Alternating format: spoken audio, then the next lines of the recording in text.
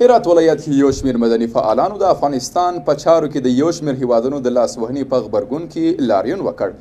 د معترض کسان وایي د افغانستان یو شمېر ګاونډي هیوادونه او روسیه د وسلوالو ډلو په ملاتړ کولو او جنګ ته هڅولو سره نه غواړي په افغانستان کې سوله او امنیت تامین شي. نور حال په ریپورټ کې. یو شمېر هرات میشته وګړو او مدني فعالانو نن د یو اعتراضي غونډې په ترڅ کې د هغه څه چې دوی د بهرنیو هیوادونو لاسوهنه د افغانستان په چارو کې بولي غندنه وکړه.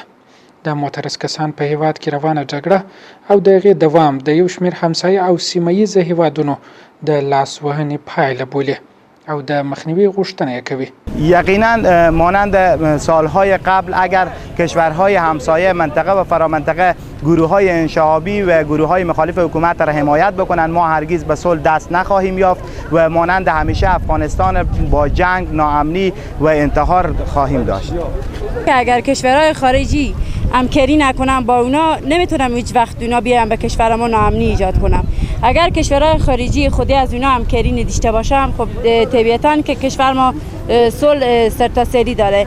ما خواهان از این هستیم که اونا باید بیان خود ما همکاری زیاد داشته باشن به خاطر از اینکه پروسه صلح بیشتر بشه به افغانستان.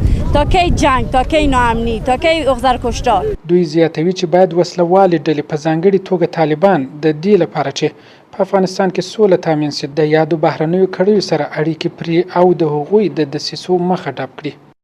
جمع از فعالین مدنی، متنفذین، بزرگان امروز دور هم آمدن به خاطر دست دخالت کشورهای منطقه و فرامنطقه از پروسه صلح ما جدا محکوم می نماییم.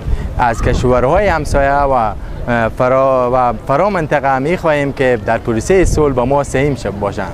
ما از کشورهای همسایه خواهان هستیم که به پروسه صلح بپیوندند. ما واقعا از جنگ، از ناامنی خسته شدیم. در کشور عزیز ما خیلی جنگ است و ما خواهشمندیم از کشورهایی که واقعا مداخله میکنند در کشور افغانستان بیاین و به پروسه صلح با ما همکاری کنند.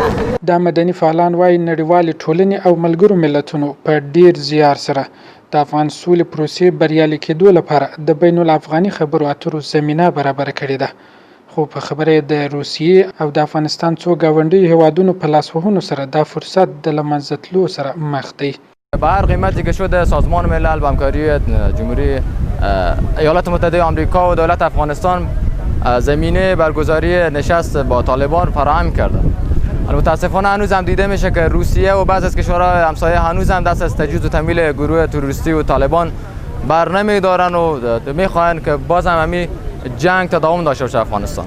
خواستم از این کشورها اینه که دست از تجهیز و تمویل بردارن. همین قدر حمایتی که از طالب و گروه‌های تروریستی میکنن بیان از حکومت جمهوری اسلامی افغانستان بکنن، حکومت شرعی و بر حال ما. دا په داسې حال کې د چې یو شمېر امریکایي رسنیو ادعا کړې چې روسیې په افغانستان کې طالبانو ته د دې لپاره چې امریکایان ووژني پیسې ورکړي دي.